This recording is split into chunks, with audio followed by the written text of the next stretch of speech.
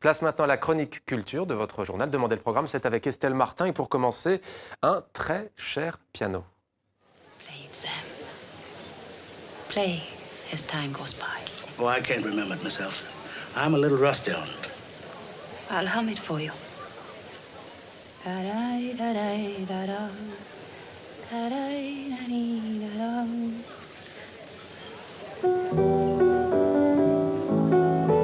Sing it, Sam.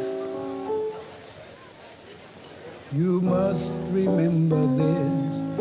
A kiss is just a kiss. A sigh is just a sigh. The fundamental things apply as time goes by.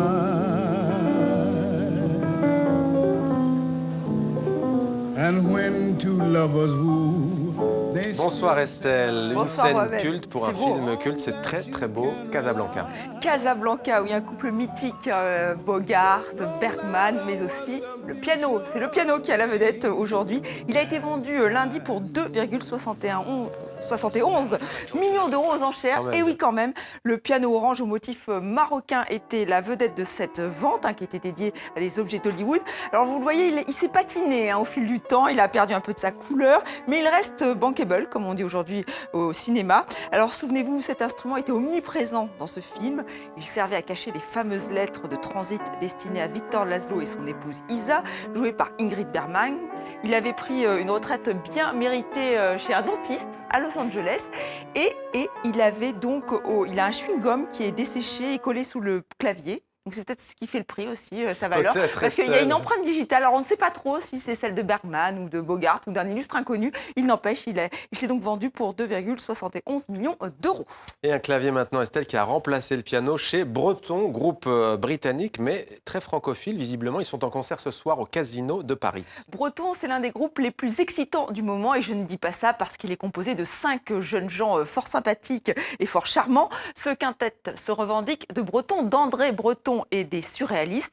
Ils se voient comme un collectif et ils composent leur musique comme on écrit des cadavres exquis. Ils s'inspirent des sons de la vraie vie pour réinventer un univers sonore et visuel. C'est très important, cet univers visuel dans leur univers.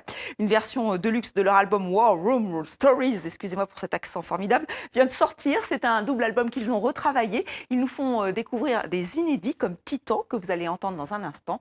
Et avec Julien Alric, nous avons rencontré Roman Rapak, le chanteur de ce collectif de Breton. Il est francophile et francophone.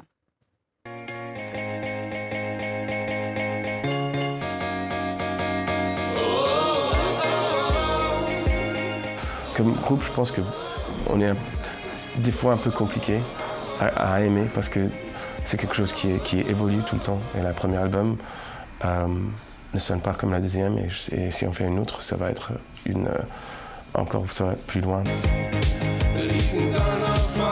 Cette mélange des sons qui sont hyper contrôlés par un ordinateur et secs et clairs, et des textures et des choses qui sont un peu par hasard, des enregistrements d'une chambre ou d'une truc analogique. Et c'est le moment où il se rejoint au milieu, c'est là où il y a quelque chose de très intéressant.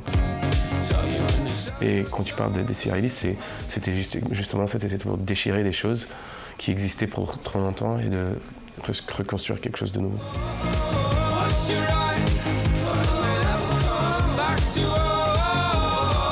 Les trucs qu'on met sur Internet et les petits clips qu'on ajoute et les vidéos qui jouent derrière nous chaque fois qu'on joue un concert, ça fait partie de l'œuvre totale du groupe. C'est pas simplement juste un MP3 et c'est pas simplement 5 mecs sur scène. Je pense que c'est quelque chose qui a évolué dans quelque chose de plus grand.